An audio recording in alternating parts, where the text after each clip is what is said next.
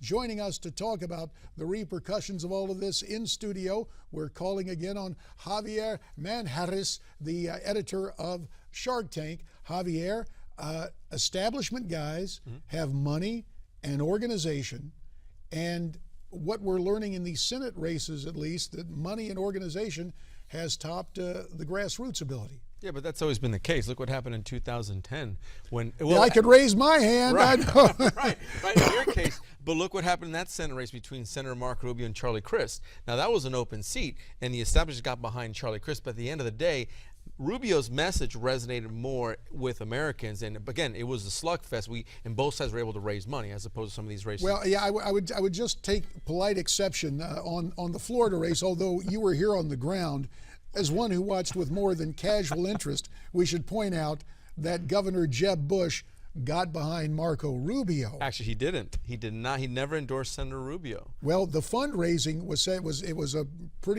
put in place for Rubio nationally by a lot of members of the Jeb Bush team. Rubio raised $300K after the second quarter. Chris had over $2-3 million.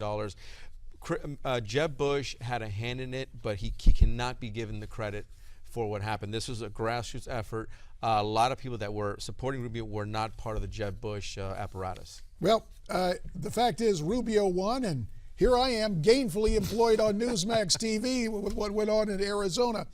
But to the broader question of what happens now in November, we touched on the Mississippi situation, and there is Chris McDaniel saying he is going to challenge the results of the Mississippi primary. He is claiming voter malfeasance, some monkey business going on down there.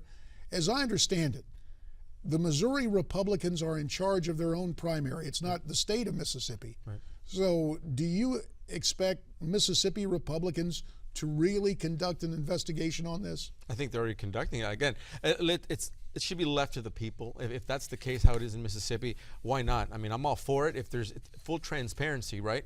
But like I said, if they find something, they find something. If they don't, they don't. Look, and at the end of the day, he's going to have to if he really legitimately lost, and he's going to have to deal with that. Now, it's interesting to take a look at other primaries.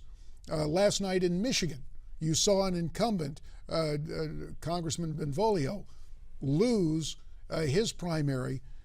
A bit of a wild card in that situation, because that was the seat that had been held by Thaddeus McCotter, who mounted a kind of fledgling presidential campaign in 2012 and had some problems in terms of the notarization of petitions to get back on the ballot. And so he resigned when his personal integrity was questioned, and you had this election come up there. You had that happen, but meantime, Justin Amash, who has basically, figuratively speaking, put his eye in the thumb of the Republican establishment, was able to hang on for a win. Do you have a take on what transpired last night in Michigan? Well, I mean, Justin Amash is considered by many to be up and coming rock star, if you would, of the Republican Party. Now, he's the libertarian. He leans very libertarian. He's more that conservative Tea Party type of candidate that all the Republican establishment love to hate. But he's a very popular guy. He can raise money, and it proved last time he was able to win. Again, you're going to win and lose races. It's going to happen. Whether you're Tea Party or establishment, it's a toss-up. Well, and again, regardless of grassroots, Tea Party versus establishment, Javier, what remains out there is this schism in the party over illegal immigration. Another interesting situation happened that we have video on. A confrontation this week. I understand it was in Iowa. Congressman Steve Keegan, my former colleague, and two so-called dreamers. These dreamers come up to a table where Congressman King is seated with Senator Rand Paul, and one woman tells both gentlemen that she's a dreamer, and I think we have the video of this, and then she offers Congressman King her DACA card for him to rip up. He doesn't do it. He does try to engage her in a conversation to get her perspective. Meantime, look at Rand Paul going to town on that sandwich. Not only is he chowing down on the sandwich, he eventually excuses himself from the table. An interesting snapshot there with that videotape. Rand Paul getting up and walking away. What do you make of that? What's more interesting is the colorful shirt that Rand Paul was wearing. That should be outlawed. That shirt would just stood out like a sore thumb. It blinded me just now. Well, go ahead. But your point on Rand Paul, look, he ran from it. He could have very easily engaged the woman just like Steve King, but he didn't. For whatever reason, he didn't want to address it. Maybe because he is on the hot seat with him on immigration reform. A lot of people aren't in line with how he feels immigration reform, especially the conservative grassroots. So maybe it was smart for him to walk away. Here's the replay again. Rand Paul going, discretion is a better part of valor. I'll take my Technicolor dream shirt and exit stage right. We're going to bring in another participant in this conversation, checking in from the NRCC in Washington, Katie Prill. Katie, thanks for joining us. Thanks for having me. So, Katie, a busy night in terms of primaries for Congress. Your take on what transpired last night in Michigan, Kansas, and elsewhere? Yeah, it was a great night to be a Republican. It was a very busy night for primary elections. I think we saw in Michigan, we had a lot of great members reelected. We had a lot of new folks in open seats for Michigan's 4th District, where Congressman Cam had served, and Michigan's 8th District, where Congressman Rogers had served. They're both retiring after this year. So we saw 2 new people elected for those seats in the primary, and they're sure to win this November in the general election. So it's a very exciting time to be a Republican in Michigan. And as you mentioned that, Katie, we're taking a look at a story from our parent website, newsmax.com. The headline, Trott defeats GOP incumbent Benvolio in Michigan House primary. One incumbent lost. Was Congressman Benvolio active with the NRCC? Did he enjoy the camaraderie of his colleagues and the party apparatus in this primary election? Yeah, I think, Congressman Benvolio served the folks of the 11th District very well and served them, to the best of his ability over the last year and a half. I think anyone that's met Congressman Benvolio has really liked him. He's a very nice guy.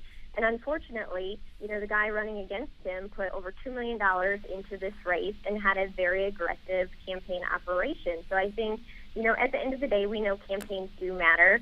And Dave Trott will be a great member of the conference this next Congress, and we, look forward to working with Congressman Benvolio the rest of the year. All right, Katie, only about a minute and a half remains, and I'm joined by Javier Manjarres on the set here. And what I want to ask you, Katie, there are so many predictions that this midterm is going to be a huge, rollicking success for Republicans. James Carville said so the other day. Is there a danger that Republicans are counting their chickens before they hatch? First to you, Katie. I think, we are very focused on this midterm election. A lot of folks think that this is a layup shot for us, but we know that it's going to take a lot of hard work, a lot of folks on the ground getting out to vote, telling their friends to go vote. And our candidates are going to have to make the case to voters of why they should be either sent to Washington in the first place or reelected. Javier knows this. We worked together in Florida. And speaking of that, let's bring Javier in for his take. Is there a situation where all this talk of success will lead to complacency? We've got less than a minute. Well, there could be, because if Republicans get off message and take the bait as far as impeachment, as far as lawsuits, as far as immigration reform, then there's a chance that they can lose sight and lose. But hat tip to the NRCC and Katie Prill. They've been really hammering Obama and slamming him over the head with some issues, especially Joe Garcia down in Miami. They've been doing a good job. Spoken like a true Republican political operative. Javier, we thank you in studio. Katie, by phone, we thank you very much for checking in from the NRCC. Really appreciate it. All right, so what's your take on the situation? You heard from Javier, you heard from Katie, heard a little bit from me. We want to hear from you. Why don't you tweet us your comments at Newsmax TV, # America's Forum. Also go to newsmaxtv.com/comment, and our program continues after this.